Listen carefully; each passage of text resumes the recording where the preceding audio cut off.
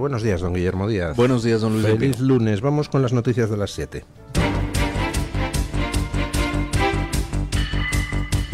Luis del Pino es Radio Libertad.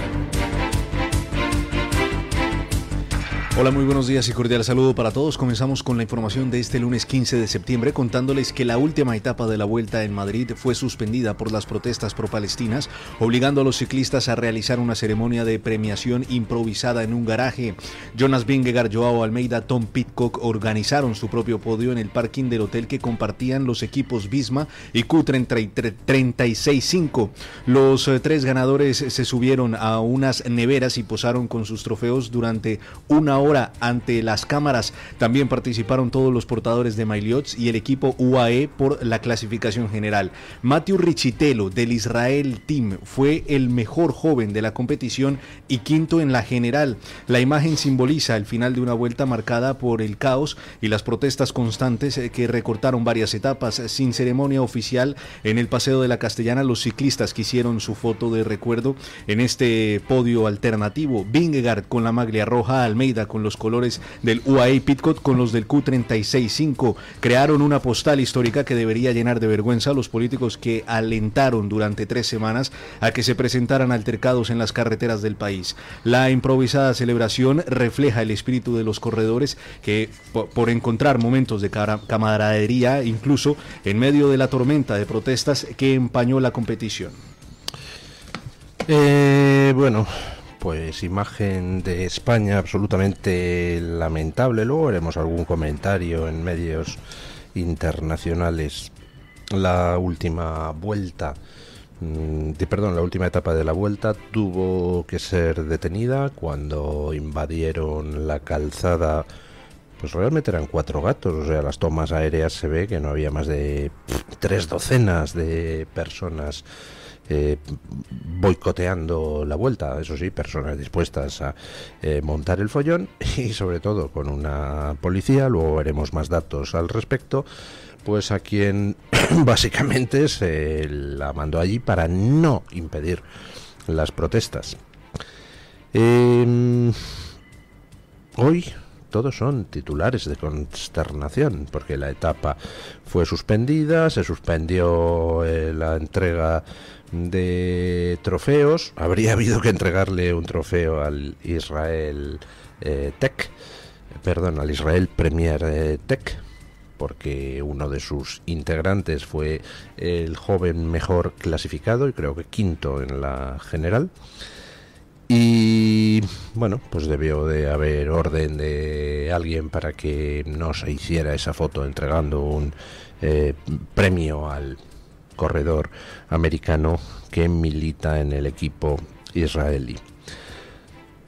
Bueno, una vergüenza internacional y además una vergüenza consentida, y ahora todos son titulares en muchos sitios. Hoy, madre mía, que hay que ver lo que ha pasado. Sánchez ha permitido que patatín, patatán.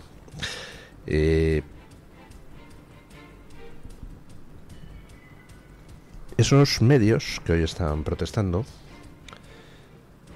pues habría que preguntar una cosa. ¿Ha sido Sánchez el que ha hecho esto? ¿Sí? ¿En serio? Ah, perdón. Yo pensaba que los responsables erais vosotros, queridos medios. Algunos de los que están hoy muy consternados por la suspensión de la vuelta y por el espectáculo ayer son los mismos que han estado repitiendo como papagayos las mentiras nazis de las redes de propaganda palestina contra Israel. ¿Sois vosotros los que habéis creado el caldo de cultivo? ¿Qué vestiduras os rasgáis ahora? Chico, estáis alentando el antisemitismo más feroz y os quejáis de las consecuencias. Luego hablaremos de alguna declaración, en fin, sorprendente. Pero vamos con el gobierno que tenemos, el gobierno de Pedro Sánchez. Pedro Sánchez no es que no haya hecho nada para impedir las protestas, es que su gobierno y él personalmente han sido los que han estado animando estas protestas. Escuchen. Pedro Sánchez expresó públicamente su admiración a quienes boicotearon la Vuelta durante un mitin en Málaga. El presidente manifestó reconocimiento y respeto a los deportistas, pero también admiración a un pueblo como el español que se moviliza por causas como la de Palestina. Sus declaraciones llegaron el mismo día que terminaba la competición ciclística tras múltiples protestas y etapas suspendidas. Y sí quisiera decir varias cosas al respecto. La primera es que sabéis que hoy termina la Vuelta a España. La Vuelta a España, nuestra vuelta, la Vuelta Ciclista a España. Y vaya por delante nuestro reconocimiento y respeto absoluto a los deportistas, pero también nuestra admiración a un pueblo como el español que se moviliza por causas justas, como la de Palestina.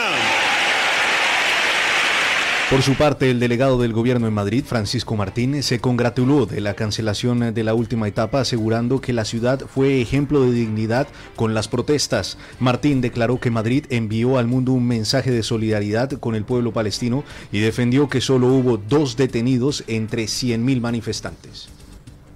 En Madrid, en los últimos meses, no se han asesinado a 65.000 niños, no se ha bombardeado hospitales, no se ha acribillado a niños y niñas. En Madrid no se mata a la gente de hambre. Donde todo eso está pasando es en Palestina. En Madrid, hoy, se ha interrumpido una carrera ciclista. De esta manera es como las autoridades socialistas respaldaron así las protestas que impidieron el desarrollo normal de la competición. Decía Bukele, ese señor que preside El Salvador con un gobierno, pues en fin, peculiar, que recurre al estado de excepción permanente para acabar con la delincuencia.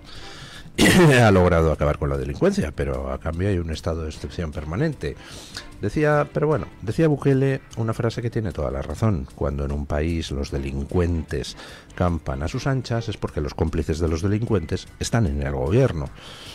Efectivamente, los gobiernos tienen fuerza para evitar cualquier tipo de delito, si quieren. No todos los delitos se pueden evitar, pero desde luego sí su generalización. Cuando un comportamiento delincuencial se generaliza es porque el gobierno quiere que se generalice. En este caso es que hemos tenido llamamientos a boicotear la Vuelta por parte del gobierno, e incluso han participado en el boicot miembros de Podemos que ocupan cargos públicos. Podemos no está ahora en el gobierno, pero sí ha estado en el gobierno, y hemos tenido llamamientos de ministros del gobierno directamente a expulsar a Israel de la Vuelta. Y hemos tenido a Sánchez, como ven ustedes, hace 2 días alentando y aplaudiendo las protestas. Fíjense ustedes en un pequeño detalle. En un Estado de Derecho, en un Estado democrático, pues oiga, hay una serie de leyes. Hay un poder ejecutivo que puede tomar decisiones, y mientras las personas cumplan las leyes, pues pueden hacer lo que les dé la gana.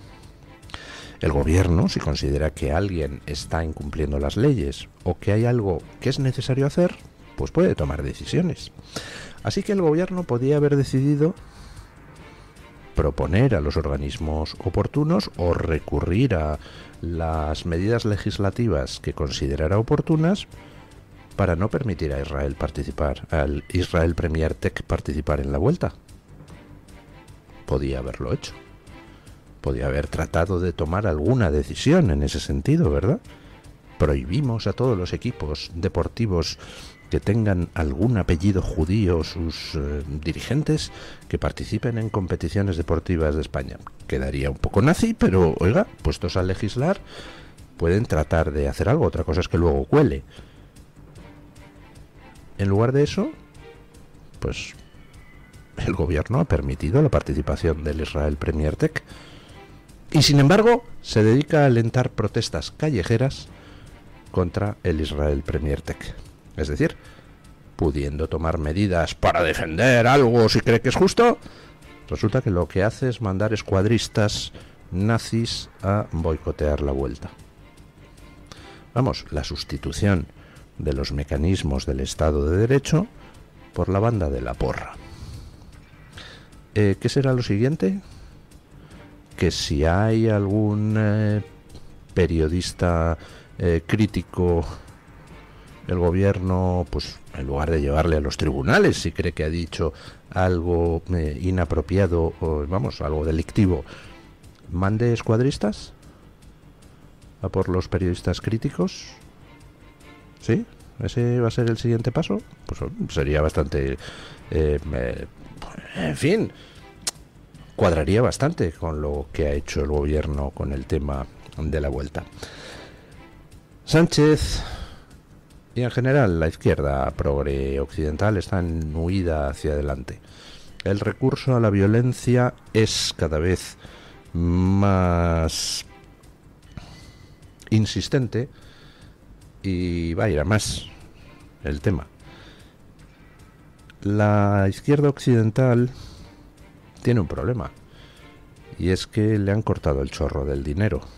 El dinero gordo venía de Estados Unidos, y la llegada de Trump al poder pues ha hecho así con el grifo, chas chas, y ahora resulta que empieza a faltar el dinero para el activismo. Y la vida del activismo progre en Occidente es una cuenta atrás en términos monetarios.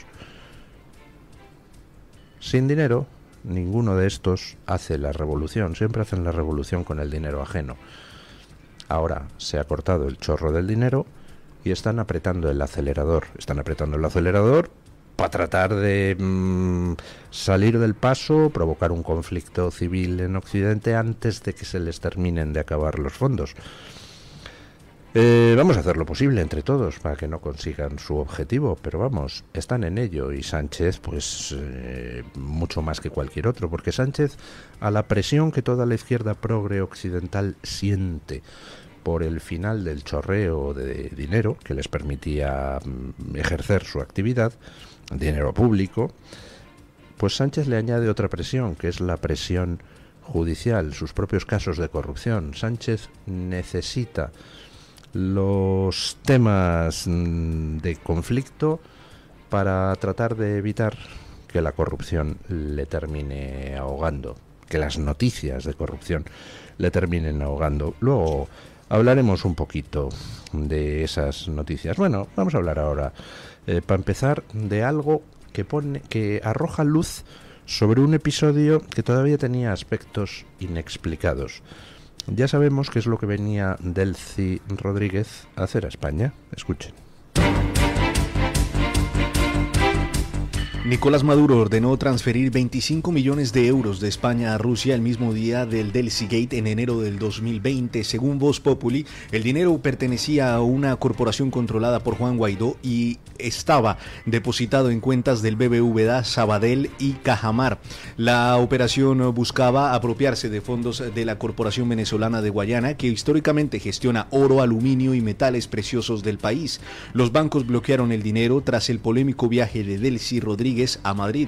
El cerco a los fondos comenzó el 3 de enero cuando Enrique Castells fue nombrado administrador de la filial europea de CVG por Guaidó.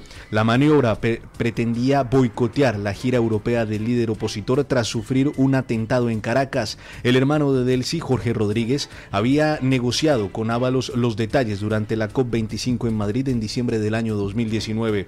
La batalla legal continúa en los tribunales españoles mientras el dinero permanece bloqueado en poder de los bancos.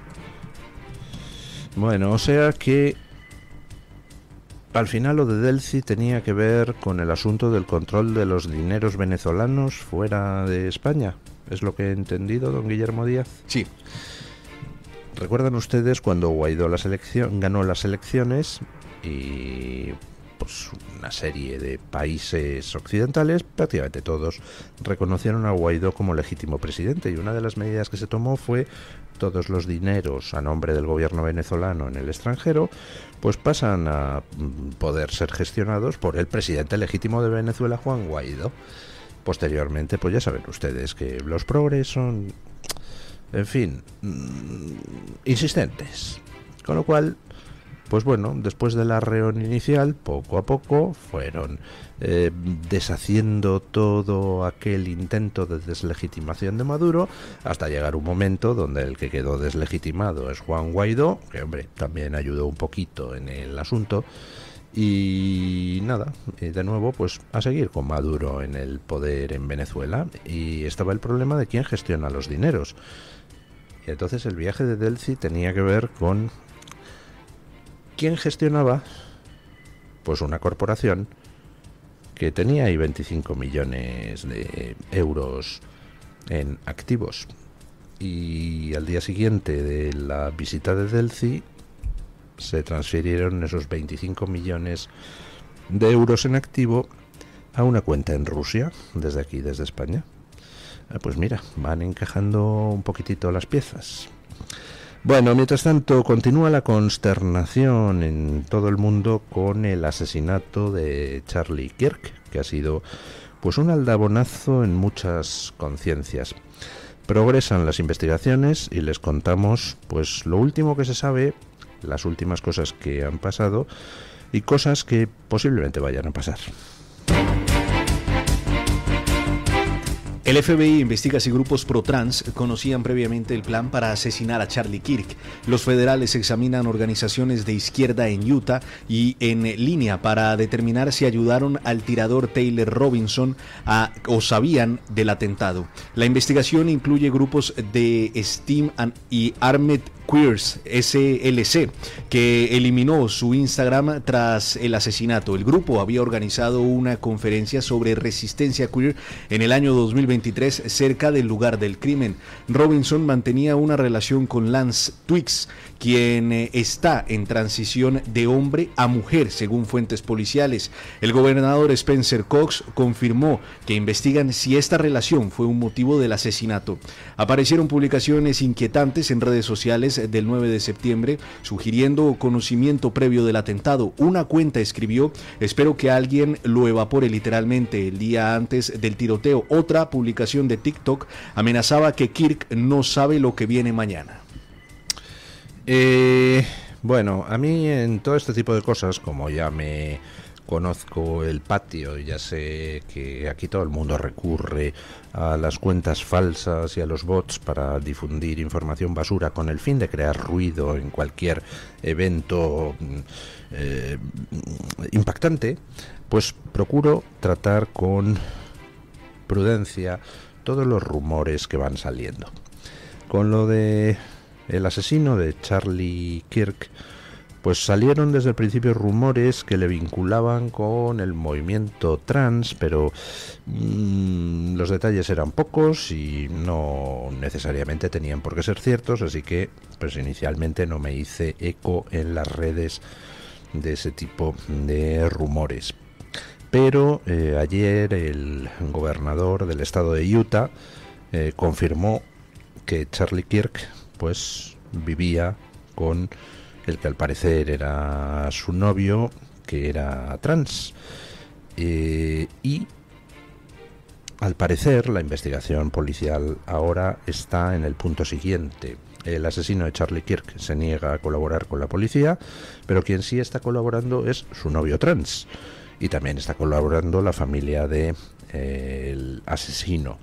El asesino había crecido en una familia conservadora, republicana del estado de Utah, y al ir a la universidad, pues se había radicalizado hasta extremos delirantes, tanto que se ha terminado convirtiendo en un asesino. Y ahora el FBI, las fuerzas de seguridad, están explorando las conexiones del asesino de Charlie Kirk con organizaciones trans. Por ejemplo, una de las que está en estos momentos bajo la lupa es una organización que se llama Armed Queens, Reinas Armadas, y que, por ejemplo, dio una conferencia en la capital del estado de Utah hace un tiempo, donde el cartel pues era un señor o señora, no lo sé, con un fusil automático tipo, pues no sé, AK-47 o Kalashnikov o yo qué sé. con dos cananas de balas y con un logo que ponía Queer Resistance, resistencia queer, y la Q estaba sustituida por una hoz y un martillo. La organización Estas Reinas Armadas ha borrado sus redes sociales después del asesinato. Bueno, actualmente lo de borrar las redes sociales y nada es lo mismo de cara a las fuerzas de seguridad, porque pueden acceder a los contenidos almacenados en las copias de seguridad. Hay mensajes pues ciertamente inquietantes de algunos usuarios vinculados con ese mundillo en el estado de Utah, donde por ejemplo decían: mañana va a pasar algo gordo en la visita de Charlie Kirk, esto no es una amenaza, es una promesa. Y dices, hombre, pues en fin, si es una promesa, pues habrá que concluir que el usuario estaba fardando de conocer que al día siguiente habría un atentado. Por tanto, ante lo que estaríamos sería ante un atentado donde no sería un, entre comillas, lobo solitario, sino algo más amplio. Que el atentado tuvo preparación, pues no cabe ninguna duda. Estamos hablando de un señor que, bueno, pues tuvo que visitar, al menos él, si no ayudado por otras personas, el lugar, seleccionar el punto óptimo de tiro. Es decir, no hablamos de una improvisación, de que de repente dice: uy, me han dicho que está Charlie Kirk, voy allí y le meto un tiro. No, hablamos de otra cosa.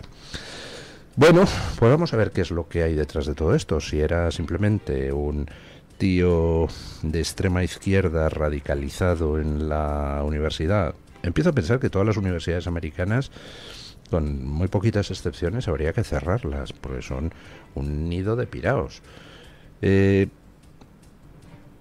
Vamos a ver cómo avanzan las investigaciones y si es simplemente un tío radicalizado de extrema izquierda que ha actuado en solitario o había otra cosa peor detrás. Pero en cualquier caso, lo que está claro es que el caldo de cultivo ha estado siendo creado por toda una serie de medios y de políticos a lo largo de los años, que son los que han llevado a gente que emocionalmente quizá no está del todo en sus cabales a terminar siendo pues asesinos psicópatas. Bueno, van a cambiar muchas cosas. Por lo pronto, en Estados Unidos se está despidiendo a docenas y docenas de personas de distintas empresas por manifestar en las redes su alegría por el asesinato de Charlie Kirk. Evidentemente la libertad de expresión existe y uno puede decir lo que quiera. Ahora bien, también existe el derecho de las empresas a conservar su imagen. Y si un empleado tuyo pues resulta que es un psicópata que jalea los asesinatos políticos, pues hombre, yo como empresario pues no me gusta que ese señor dañe la imagen de mi empresa, así que le invitaré amablemente a marcharse a buscar otro trabajo que se adecúe mejor a su mentalidad enferma. Y en cuanto a funcionarios públicos, pues mire, hemos tenido el caso, por ejemplo, profesores de primaria celebrando el asesinato de Kirk delante de sus alumnos. Yo creo que, en fin, alguien que celebra asesinatos políticos no está en condiciones de ser funcionario público, más que nada porque la función pública se supone que tiene que ser ejercida por gente lo suficientemente neutral como para no alegrarse de la muerte de nadie a los que van a tener que servir como funcionarios públicos. Y muy brevemente, en Francia pues vuelve la censura de la mano de la extrema izquierda, claro. La ultraizquierda francesa intenta censurar un libro que revela vínculos entre la Francia insumisa y el islamismo. El abogado del partido, Mathieu Devy, exigió a la editorial Plon que enviara un ejemplar en 24 horas antes de su publicación en octubre. El presidente de la editorial, Jean-Luc Barré, rechazó la intimidación y mantendrá la fecha de lanzamiento del libro. Los cómplices del mal expone conexiones entre candidatos de la Francia insumisa y proyectos islamistas compatibles con la Sharia. El autor es es Omar Youssef Suleiman, periodista sirio refugiado en Francia que investiga desde el 2012 los movimientos islamistas. Su origen árabe le permite comprender referencias doctrinales que escapan a otros periodistas franceses. Se filtró en manifestaciones pro Hamas usando kefí y gafas de sol para documentar sus investigaciones. El libro señala especialmente a Jean-Luc Mélenchon, Rima Hassan, Thomas Portes y Sébastien Delegou por sus compromisos con organizaciones relacionadas con fanáticos y terroristas, según adelanta la revista Le Point. Bueno, pues nada, ya saben ustedes, la censura previa vuelve en Francia de la mano de la extrema izquierda que quiere visar los libros antes de que salgan. Qué bonito, ¿verdad? En fin, vamos con la noticia de interés general del Banco de Santander con doña Carmen Carbonell.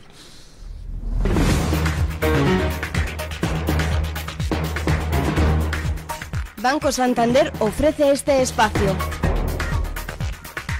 Hoy en la noticia de interés general les contamos que un estudio presentado en el Congreso Anual de la Asociación Europea para el Estudio de la Diabetes en Viena reveló que el consumo de cannabis multiplica casi por 4 el riesgo de desarrollar diabetes tipo 2. Investigadores del Boston Medical Center analizaron los historiales de más de 4 millones de adultos en Estados Unidos y en Europa, comparando a casi 97.000 pacientes que consumían cannabis frente a un grupo sano. Los resultados, que señalan mayor incidencia incluso tras ajustar otros factores, subrayan la necesidad de aumentar la vigilancia metabólica en el consumo de cannabis, ya que la marihuana, como droga psicoactiva, tiene efectos directos en pacientes que terminarán desarrollando diabetes tipo 2. Banco Santander ha ofrecido este espacio. Mensaje de Marga para sus jefes. Oye, chicos, que muchísimas gracias por todos estos años juntos. Pero me lo voy a montar por mi cuenta, ¿vale? Que como siempre me decíais que llamándome Margarita me pegaba a tener una floristería, pues os he hecho caso. Me he lanzado y ya tengo el local. Se va a llamar De Flor en Flor. Cuando sabes que ha llegado el momento, estamos contigo. Descubre todo lo que te ofrece el Santander para impulsar tu negocio desde 0 euros al mes. Promoción válida hasta el 20 de enero de 2026. Consulta condiciones en bancosantander.es. Cuando lo sabes, lo sabes.